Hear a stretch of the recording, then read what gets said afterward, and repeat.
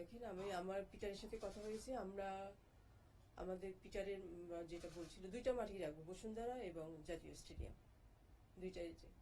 সারাদিন তো আর national team practice করবে না, শিডিউল করে নিবে, একই মাঠে 2টা টিম তো প্র্যাকটিস করতেই পারে।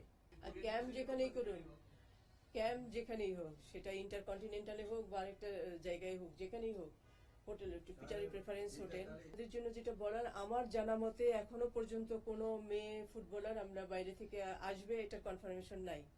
আনিকার সাথে, আনিকা সিদ্দিকির সাথে তো অ্যাকচুয়ালি আমি কাজ করতেছি লাস্ট 3-4 বছর থেকে, কিন্তু লাস্ট 15 ডেজ আমার সাথে তার যে কনভারসেশন, তাতে হলো সে ইউনিভার্সিটিতে ভর্তি হয়েছে।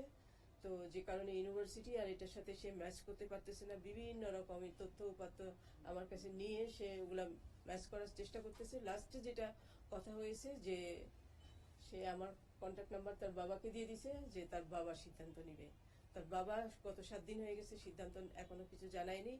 গত লাস্ট মানে নাইটেও আমি আনিকাকে টেক্সট করছি যে প্লিজ তুমি তোমার ওপিনিয়নটা জানাও, তোমার বাবা এখনো কন্ট্যাক্ট করেনি, ইয়েস নো যেটাই হয় তুমি জানাও।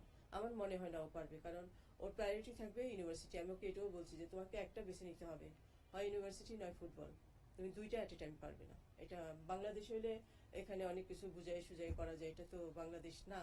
ফিফা যে বাংলাদেশের ফুটবলটা যে ডেভেলপ করতেছে খুব মানে ভালোভাবে, অল্প সময়ের ভিতরে যে একটা ভালো অবস্থানে চলে গেছে, এটা ফিফার কাছে অনেক বড় একটা পজিটিভ। এটা অনেক আগেও একবার বলেছে ওরা, এখনো বলছে যে এটা পজিটিভ দিক। এটা এইভাবে মহিলা ফুটবলের ইতিহাসে এইভাবে ফুটবল ডেভেলপ করে নাই, এইভাবে আগায় নাই অন্য দেশে, যেটা বাংলাদেশ আগাইছে।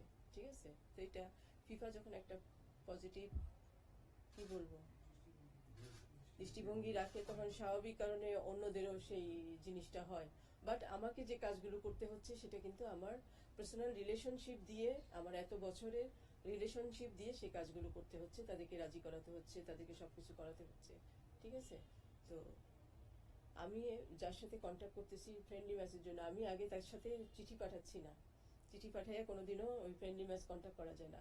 আগে আমি তার সাথে কথা বলছি, কথা বলে তাকে মোটিভেশন দিয়ে তাকে রাজি করাচ্ছি আমার জায়গা থেকে। কারণ আমি যখন কথা বলবো, তার সাথে তো আমার দীর্ঘদিনের রিলেশন, সে আমাকে না করতে তো তার একটু দ্বিধাদ্বন্দ্ব হবে, তাই না? দেন যখন দেখছি যে হ্যাঁ সবকিছু করে রাজি হচ্ছে, দেন আমি অফিসকে বলছি এবার একটা ফর্মাল চিঠি পাঠাও। দেন ফর্মাল চিঠি পাঠায়, এটা যেমন যা থাইল্যান্ডের সাথে, থাইল্যান্ডের প্রেসিডেন্ট সেক্রেটারির সাথে আমি সেভারাল টাইম কথা বলে সেট করে রাজি করিয়ে দেন আমি অফিসকে বলছি এবার ফর্মাল চিঠি পাঠাও, পাঠালেই চলে আসবে।